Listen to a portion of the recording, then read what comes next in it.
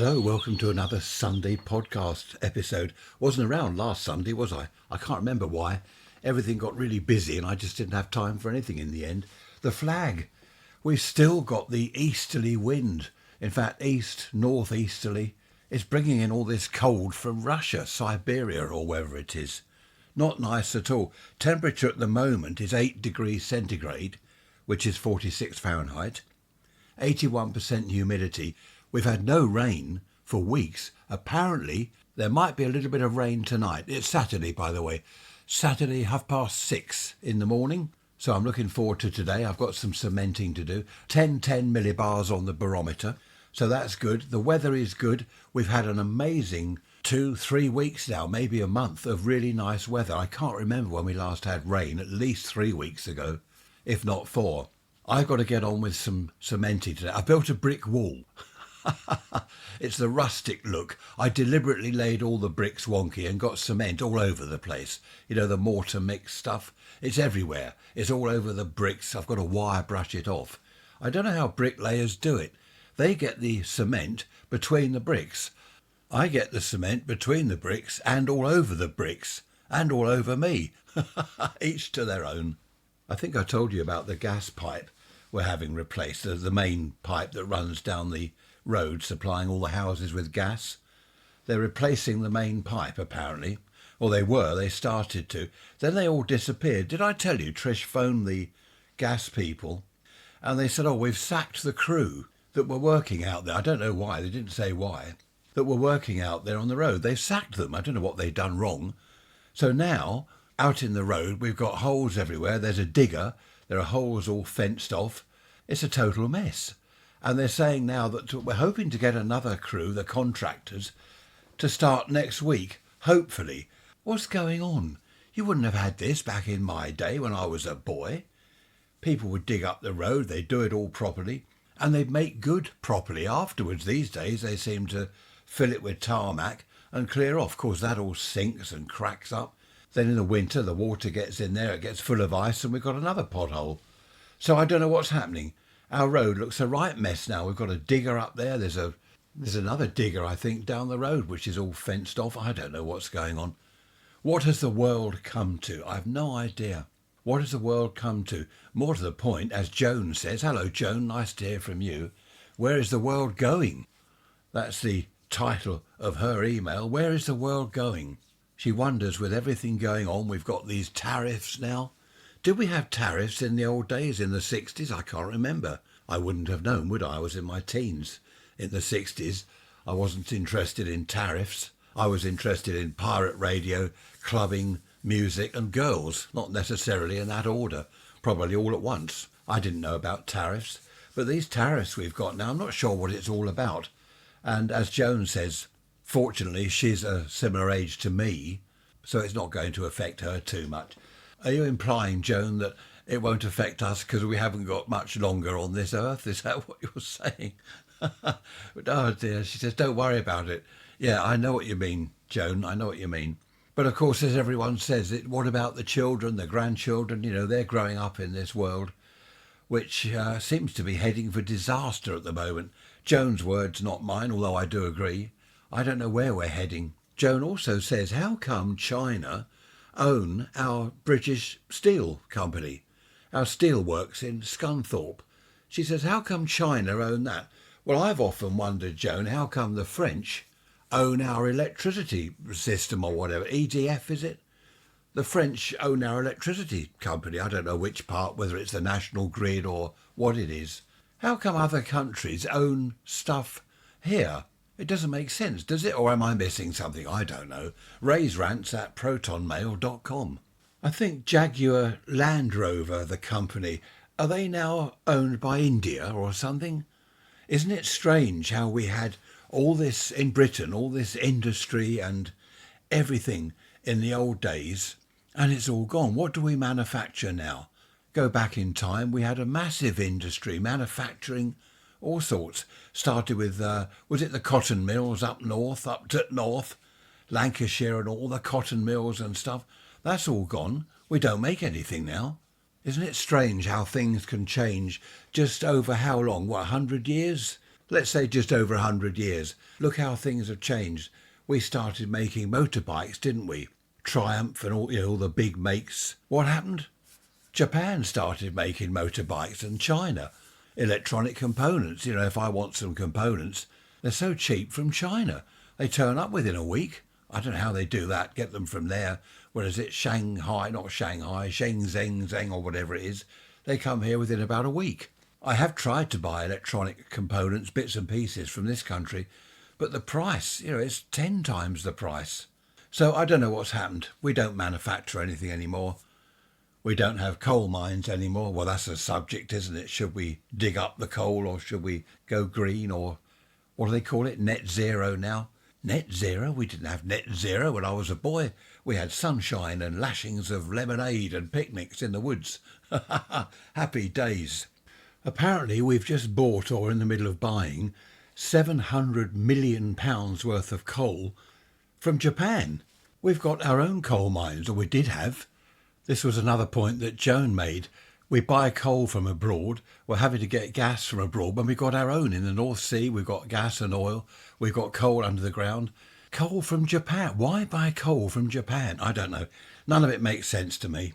By the way, thank you for everyone's messages about my mum's funeral. That was yesterday, Friday. All went very well. All the family there went very well indeed. So thank you for all your lovely messages. Now, what's going to happen today? We've got people around for lunch, of course, the usual Saturday lunchtime. In the old days, we didn't have people round for lunch. I don't remember when we were at home, as kids. I don't remember friends and sort of extended family coming round for lunch or dinner or anything like that. So again, how times have changed. It's now after lunch. I had lunch. I was starved. I've done a bit in the garden. I was starved. There's a debate in Parliament going on about British Steel and whether that should be, they're going to nationalise it or do something with it. Apparently, if the blast furnaces are shut down, you can't start them up again. They've got to run 24 hours a day, all year, every day, all the time. If you shut them down, you can't start these two blast furnaces. I don't know why. Let's move away from that. I don't know what the debate will end up. They're going to vote on it or whatever they're going to do. We shall see what happens there. Of course, it makes British Steel make all our railway lines. And they make virgin steel. I had to look that up. I thought virgin steel. I know what virgin olive oil is. Virgin steel is fresh from ore, isn't it? Iron ore or whatever. Dug out of the ground. They talked about that at school. I remember them going on about ore, iron ore dug out of the ground and smelting and all that stuff. I did listen to some bits and pieces at school. Not a lot, as is obviously apparent, but interesting all the same. So yes, school. Talking of school, that moves me on nicely to a question from Mike. How did your school day start? Mike's 19 years old and he's left school now. He's at uni. He says, how did your school day start? I've heard that you had assembly and you had to sing hymns. Is that right? It is right. It is. We got to school about 8:30, all milling around in the playground. Then we go into our classroom and they call the register. Smith, yeah. Jones, yeah. Harrison, where's Harrison? Oh, he's off again. So we did the register. Sometimes, if a chap was playing truant, they'd shout out, Harrison, someone would say, yeah. And it wasn't Harrison at all. He'd taken the day off. For whatever reason, he told people, I could take the day off. Call my name on the register. That happened on more than one occasion. I didn't do that. I didn't say to people, if they call my name, shout out yes, because I thought I'd get caught. I'd already got the cane for playing truant and various other things. So we then went into assembly in the main assembly hall, the big hall at the school, and you've got the teachers sitting on the stage on their chairs. The headmaster or the deputy headmaster would be at the front standing there with his microphone. What is it, a lectern or whatever? And first of all, they start moaning. We've had complaints from people in the houses near the entrance to the girls' school. Will boys refrain from hanging around the girls' school and shouting out lewd comments? It's not funny. It is funny, actually. Great days. There was wolf whistling going on and all sorts, and the girls loved it. Okay, not all girls loved it. I mustn't speak for all girls, but the majority of them loved it. They shouted back. They shouted lewd things back to us boys. Us boys? No, not me. I wasn't involved. I cycled straight home. No nonsense. It was great. So then, after the telly-off, also, would boys refrain from digging out the mortar between the bricks in the school playground? There was a sort of triangle, all asphalt, and the brick walls of the building all round this asphalt play area. And of course, everyone's leaning up against the wall, they're bored, and with their pen knives or whatever, scraping out the mortar from between the bricks. In fact, one or two bricks actually came out and disappeared. So we were told not to do that. Various other things. When queuing at the tuck shop lunch times, will boys refrain from shouting and swearing and hitting each other? What, I'm just making this up, but this is how it started. Then we would all sing a hymn. Hymn number so-and-so, we'd all sing, like you're big in church, you know. This is the 50s, early 60s. After that, there was the Lord's Prayer, wasn't it? Our Father, art in heaven. We all had to recite that. Can you imagine? 600 boys there were there. Imagine 600 boys all going, Our Father, art in heaven, hallowed be thy name. And of course, a lot of the boys didn't go into assembly. I was one that often would sneak off somewhere else. Everyone's piling into the main hall. We'd go behind the bike sheds, have a cigarette. And then, of course, as all the boys are piling out of the main hall, we'd go and join them back to the classroom. So that's how the school day started. We would then go to our first lesson. Let's say it was history. So we'd grab our books. We'd be in our main classroom. We'd all grab our books and then go to the history class, because each classroom was for different things. You had mathematics, history, geography, science, all that sort of thing. So we then all traipsed down the corridor. No one wanted to be there. No one wanted to learn history. No one wanted to be at school. We'd all pile into the history lesson. Right, open your books at page 23. We're going to now have a look at the Battle of blah, blah, blah, blah, blah. And we're all opening the books at page 23 and then start chatting to each other. Normally about girls at the girls' school or music. Have you heard that latest one from so-and-so? Things like that. I just bought that record. Yeah, have you got that? Oh, great. Can you lend it to me? I want to record it. There's all this chatter going on, and the teacher's at the front, Battle of so-and-so, blah, blah, blah. Anyway, does that answer your question, Mike? Does that help give you an idea? That's only my school, of course. Other schools were different. Some were worse, some were better. Depends which way you look at worse and better. Totally different subject. We're going to the Isle of Wight, as you know, in May, which is next month. And we're going to book a boat trip. Now, I went all round the island on the Waverley, the steam paddle steamer. Now, this boat trip, I think Trish is about to book it. She does the booking. If I do it, if I get involved in booking things, it'll be wrong. I'll get the wrong day, the wrong boat. We'll end up in Le Havre rather than Ventnor or somewhere on the Isle of Wight. We'll go across the channel if it's left to me. So that's going to be quite interesting. We've asked the old ladies. They're okay with that. So that's good. We're going to Bletchley Park. I've probably told you all this. We're going to Bletchley Park at the beginning of May, where that's up in Milton Keynes. Look it up on the map if you're outside the UK. We're going to Bletchley Park, which is where they did all the Enigma decoding and all that stuff. Alan Turing, do you remember him? Well, you won't remember him. You weren't there, were you? Well, if you were there, you're very old now. Actually, you could have been there. So we're going up there. We're staying for 3 nights because you do need a good amount of time to look around the museum. There's also computer stuff there, which last time we went, we didn't really have a chance to look around. Now, I'm mentioning this because when we were young, when we were kids back in the 50s and 60s, there weren't these things. I did go to the Science Museum in the 60s, but a lot of parents couldn't afford it. You can't afford to get the train to London, eat out up there, go around the Science Museum, go around other places. You know, it costs money and parents didn't have money. A lot of them didn't anyway. There were boys. I remember one boy at school. It was technical drawing. And the teacher, he'd say, right, I've got some propelling pencils for sale. And I sat there, you know, propelling, what's a propelling pencil? A pencil's a pencil, isn't it? And there was this one boy, dead keen on technical drawing, of course. Oh yeah, I'll buy one, sir. I think they were sort of £0.50 or something. It's where you twist the end and the lead of the pencil comes out and goes back in. I mean, what's the point of that? Ordinary pencil will do, sharpened with your penknife. I got hit round the head in technical drawing. I was drawing a line with a ruler instead of using the slidey thing on the drawing board. Idiot boy. Oh. I'll never forget that. What was his name? Was it Mr. Tickner? Something like that. So back in my childhood days, I wasn't going round museums and all these places looking at interesting things.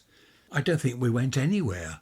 Most dads worked 6 days a week, Monday to Saturday. They only had Sunday off. In the winter, we didn't do much, of course, because it was horrible weather. In the summer, perhaps go for a picnic, or Dad would be doing the gardening, stuff like that. We did keep going out to museums and things.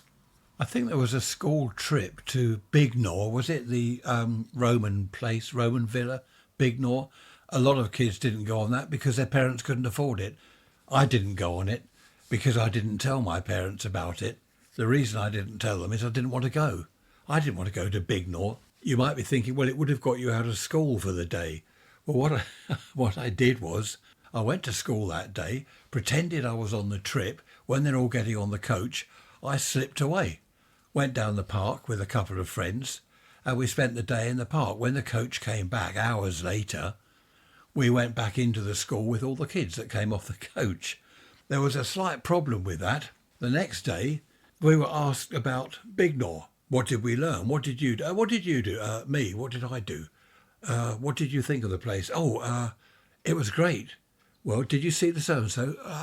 Yes, of course, yes. So that was a bit awkward, but we got away with it. Bit like cross-country running. Run up to the golf course and back, okay? Up at the golf course, there's a telegraph pole with a number on it. Get the number. So when you come back to school, you can tell me the number. I know you've been up that far. So what did we do? Hide in the bushes, not far from the school, have a cigarette. When they're all running back, grab one of the lads, pull him into the bushes, torture him. What's the number on the pole?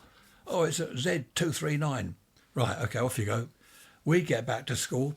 Right, you, what's the number? Z239. Yep, well done.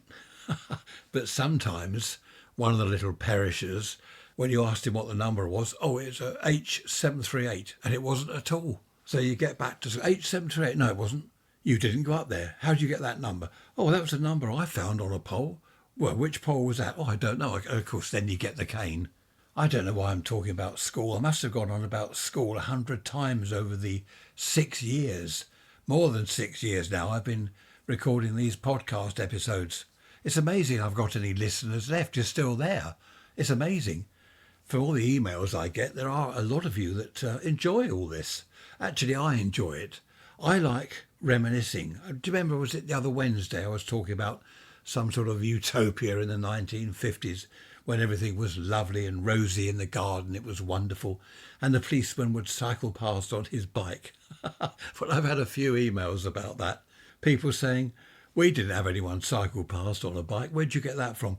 I suppose it depended where you live. I mean, if you're in the middle of London, did they cycle round on a bike in London, the policeman? No, they probably walked. But there were quite a few people saying we didn't have a policeman on a bike at all. I think it was perhaps in the more rural areas. Because I lived in a village, didn't I, for quite a while. I've told you about the village, haven't I? All the things that went on. Do you remember Mrs. Fortescue? I don't think we'll go there again. That was dodgy. But we had a village policeman there. He knew people's names. We knew his name. He'd cycle for, what was it, Mervyn, one of them, because it changed. He'd cycle past if you're out in your front garden. And he'd say, hello, you all right? Hello, Mervyn, I'm fine, yeah, no problems.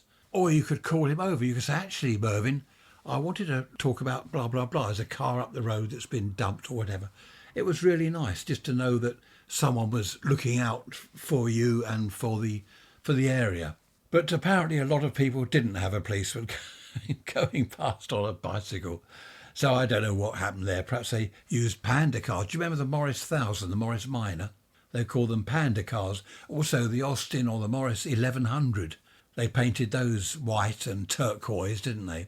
If you've watched Heartbeat, the programme Heartbeat, they've got the panda car there. I think, that's a Morris 1000, isn't it? So they go around in the panda car, just checking up on things. But again, that was quite nice to see the car would drive around. Whereas these days, the only time you see a police car is if they go flying past with the blues and twos going. Did they use the Ford Anglia as panda cars? Do you know the Ford Anglia, what was it, E? Ford Anglia E or something? where the back window sloped the wrong way. It sloped inwards. That was strange. I remember my uncle. I saw a photo of my uncle the other day.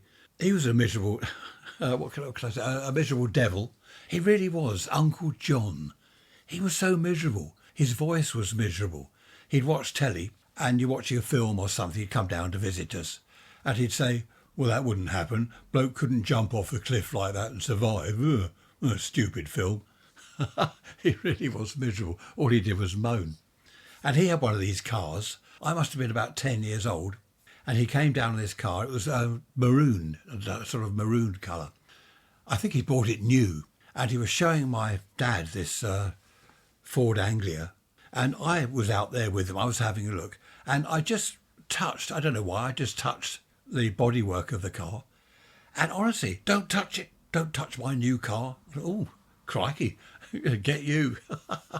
He was like that, though. He was a miserable devil. That's the word I'm looking for. Uncle John.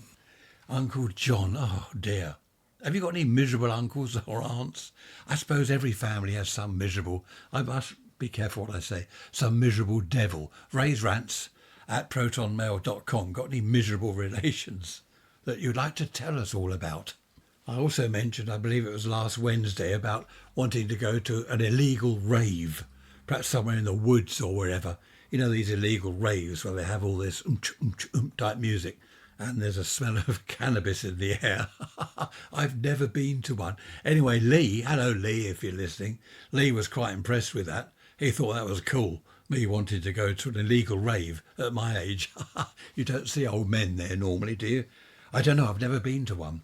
My son, he now lives in America, of course, so can't go to a rave with him. But he once said to me, when I told him about this, he said, I could have taken you to one or two of those. Do you remember that, if you're listening? Do you remember that? I can't remember exactly what you said, but something about we could have done that. That would have been fun. But we did have what we called barn dances. I don't know why they were probably called barn dances because they were in a barn. And once I went with a friend of mine looking for this barn dance. It was somewhere in the woods. It wasn't illegal or anything. It was just, a load of hippie type people, as I was, going to this barn with like paraffin lamps and torches at night, having a bonfire, having a few drinks. Someone would take some music and, dancing around and just milling around with some girls. And I couldn't find this one. I think I've told you this years ago. I was going through the woods following this track with this friend of mine. We found a barn. This must be it, but there's nothing there. Nothing was happening. But there was something going on in the woods. So we wandered through the woods. We could hear music and stuff, and we could see lights through the dark. And there's a load of hippies sitting around a fire. And they're all smoking dodgy stuff, so we joined them. We were there all night till the sun came up. That was fantastic. I got to know a girl there. That's another story. I won't go on about her. Went out with her for quite a while. She was a proper hippie, real hippie. Hippies were good. Do you remember hippies? Because there were the rockers, weren't there? The rockers, the mods and rockers, which people used to say, were you a mod or a rocker? I was neither. Or neither. I was a hippie. Hippies didn't wander around all the time saying, hey man, and stuff like that. Dig. I don't remember any of my hippie friends saying anything of the sort. Peace man and all this stuff. We just chilled out. It was just good fun being a hippie. I must have been about 13 when one summer evening I wandered over to the woods. I was always going to the woods, as you know. And I came across some hippies, obviously older than me. I was 13. They were, 18, 19, 20. Girls and chaps. And I came across them. They're smoking stuff. I didn't smoke any of that. But they said, come and sit down, come and join us. And that was good. That's how I first got into wanting to be a hippie. They had these sort of long sheepskin coats, all the gear and bandanas and long hair. And the girls had these long dresses and beads and stuff and flowers in their hair and beads around their necks. It was great. And they were listening to music. I forget what music they had because there weren't tape recorders then. It must have been just a radio. And I really liked it. And that's how I got into being a hippie. I just loved the whole thing. And they said, come again, we meet here whenever it was. And that's how I started out to be a hippie. I mean, I was still at school. I left school at 14, as you know, ruptured my liver. But once I left school, I then went to work. And this hippie thing, I really got into it. It was, I don't know, it was just wonderful. They did have tape recorders when I was 13, but not cassette. They had reel-to-reel, 3-inch reel-to-reel portable tape recorder. I can't remember what they were using, but it was good music. I can't remember what the music was. Hippie music, that'll do. Initially, when I went to work, I didn't have long hair because I got the job and I wanted to make an impression with the boss. But it wasn't long before I grew my hair. I had a beard, my hair down all over my shoulders, and I had flowers in my hair. I used to go out in the evenings with flowers in my hair. Can you imagine? Can you imagine that? And hats with flowers on. Then later on, the kipper tie and all the stuff like that. Yeah, they were good days, and I do miss them. We're off out tonight. We're going to see, I don't know, some chap singing something in a village hall. I don't normally go. Tricia goes with her sister and a few other ladies, a few other people. I don't normally go. But this time, her sister was saying, "Oh, you don't want to go, do you, Ray?" So I said, "Yes, I will. I'll go." I wish I hadn't now. And she was shocked. "Oh, what, you want to come with us? Really? Oh, okay. Right, we'll get you a ticket." I only said that to her sister to shock her, which it did, because they've been many, many times to this village hall thing to see this chap doing this singing. It's 80s music, which I hate. So I don't know. There's no bar there. Got to take your own drinks, your own snacks if you want anything.